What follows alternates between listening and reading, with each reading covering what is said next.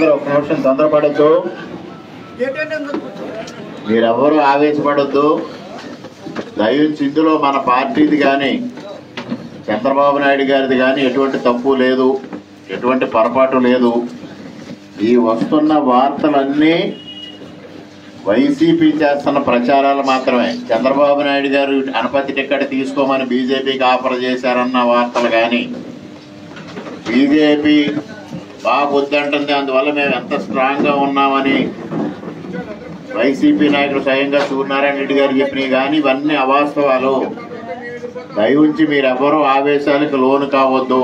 చంద్రబాబు నాయుడు గారు చాలా స్పష్టమైన వైఖరితో ఉన్నారు. నిన్న నేను కలిశాను. నిన్న ఆయన కలిసినప్పుడు కూడా బీజేపీ పెద్దలకి చెప్పింది ఒకటే, 42 సంవత్సరాలుగా పార్టీతో ఉన్న కుటుంబం, ఆ కుటుంబాన్ని గౌరవించాల్సిన బాధ్యత నా మీద ఉంది.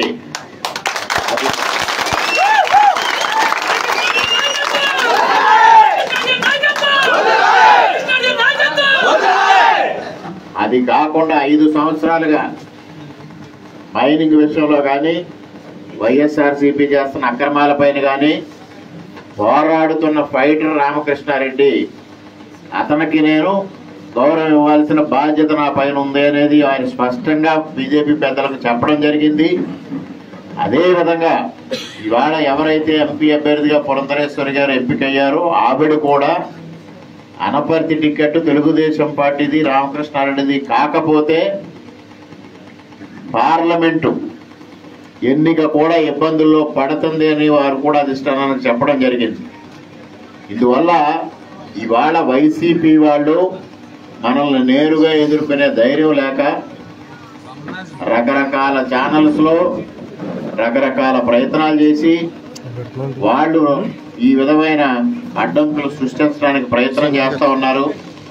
దయవుంచి మీరందరూ నా మీద అభిమానంతో, మా కుటుంబం మీద అభిమానంతో, పార్టీ మీద అభిమానంతో ఇంత పెద్ద ఎత్తున మధ్యాహ్నం నుంచి కూడా ఈ కార్యక్రమాలు మీరు నిర్వహిస్తూ మీ నిరసన గళాన్ని వినిపిస్తున్నారు. దానికి మీ అందరికీ నేను కృతజ్ఞతలు తెలియజేసుకుంటున్నా.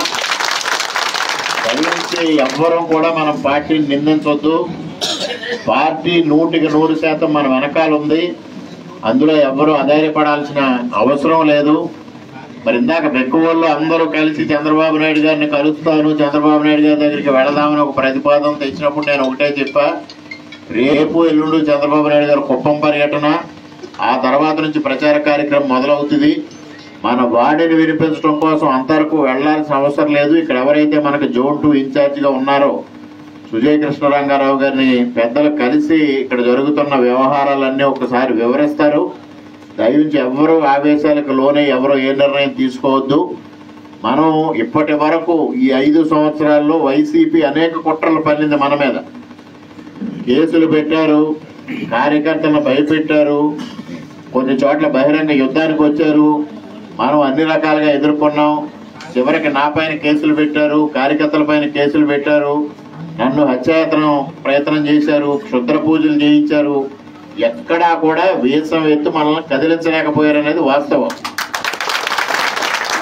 ఇందులో కూడా వాళ్ళ ప్రయత్నాలు తప్పనిసరిగా ఫెయిల్ అవుతాయి. అందులో మీరు ఎటువంటి అనుమానం పెట్టుకోవాల్సిన అవసరం లేదు. నాకున్న సమాచారం చాలా సంపూర్ణంగా పరిపూర్ణమైన అవగాహనతో ఉన్నాను. మీరు ఎవ్వరూ అధైర్యపడాల్సిన పని లేదు. కాకపోతే ఈ పెద్దలు నిర్ణయించినట్టుగా రేపు ఉదయం పెద్దలందరూ వెళ్ళి రంగారావు గారిని కలిసి, రంగారావు గారు కూడా నిన్న చాలా స్పష్టమైన వైఖరితో ఆయన కూడా ఉన్నారు, చంద్రబాబు నాయుడు గారు కూడా స్పష్టమైన వైఖరితో ఉన్నారు, లోకేష్ గారు కూడా స్పష్టమైన వైఖరితో ఉన్నారు.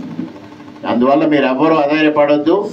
ఈ పెద్దలు రేపు రంగారావు గారిని కలిసిన తర్వాత తదుపరి కార్యాచరణ ప్రకటిస్తారు. ఆ ప్రకారంగా ముందుకెళ్దాం తప్పించి ఎవరు ఆవేశంతో ఎవరిని నిందించే కార్యక్రమాలు చెయ్యొద్దని మీ అందరినీ సవినయంగా కోరుకుంటూ, అందరూ సంయమనం పాటించమని మీ అందరికీ సవినయంగా విజ్ఞప్తి చేసుకుంటూ, నేను నా పైన చూపిస్తున్న అభిమానానికి మరొక మారు శిరస్సు వంచి పాదాభివందనం చేస్తూ సెలవు తీసుకుంటున్నా. జై హింద్, జై తెలుగుదేశం, జై జగన్. ఈసారి నేను గాని మిత్రులు గాని ఎక్కడా రాజీ పడడం లేదు. 3 రాజకీయ పార్టీలు కూడా ఒకే ఆలోచన చేశాం. సమర్థవంతమైన వ్యక్తులను పెట్టి వినబిలిటీ క్రైటీరియాగా పెట్టుకొని ముందుకు పోతున్నాం. నేనైతే 40 ఏళ్ళు నేను చూశాను రాజకీయాలు ఎంపిక చేసినప్పుడు. మేము ఫస్ట్ టైం 85లోనే సర్వేలు చేసి సర్వేల ఆధారంగా ఎవరైతే గెలుస్తారో అవి కూడా చూసుకొని డిబేట్ చేసి ఆ రోజు మన నాయకుడు ఎన్టీ రామారావు గారి దగ్గర కూర్చొని రాత్రి మగుళ్ళు ఎంపిక చేసేవాళ్ళం. ఈరోజు మీరు చూస్తే నేను 4-5 సర్వేలు తెప్పించాను. మళ్ళీ నా వాయిస్తోనే IVRS అడిగాను. ఇవన్నీ కంపేర్ చేసుకున్నాం. ఇవన్నీ కంపేర్ చేసుకున్న తర్వాత మనకంటే మెరుగైన అభ్యర్థులు ఉన్నారా లేదంటే అది వేరే విషయం, కానీ రాజకీయాల్లో మనం కనపడ్డాం కాబట్టి మన మీదనే కంపారిజన్ వస్తుంది. ఇంకా కొంతమంది సమర్థులు వచ్చుంటే వాళ్ళు మనకంటే బెటర్గా పనిచేస్తే వాళ్ళ పేర్లు వచ్చేటేమో, కానీ ఇక్కడ ఉండే వాళ్ళందరినీ మీరు చూసినప్పుడు మన పార్టీలో ఉండే ప్రతి ఒక్కరిని నేను IVRS ద్వారా అడిగాను. నాకు రాకపోతే 1కి 3 సార్లు అడిగాను, 4 సార్లు అడిగాను. రిపీట్గా సమాచారం తెప్పించుకున్నాం. ఈరోజు ఎంపిక చేసిన విధానం మీరు చూస్తే రాగద్వేషాలకు అతీతంగా, రికమెండేషన్లకు అతీతంగా ఏకైక లక్ష్యం వినబిలిటీ. అది అయిన తర్వాత మీరు చూస్తే ప్రజల్లో మీ మీద ఏ అభిప్రాయం ఉంది, మీ ఇమేజ్ ఏ విధంగా ఉంది, మీరు పార్టీకి చేసిన సేవలేంటి, లాయల్టీ ఫ్యాక్టర్ ఎట్టుంటుంది, అదే సమయంలో ప్రజలకు సమాజానికి మీరు ఏ విధంగా ఉపయోగపడ్డారు, ఇవన్నీ ఆలోచించుకుని ఫస్ట్ టైం టెక్నాలజీ కూడా ఉపయోగించుకున్నాం.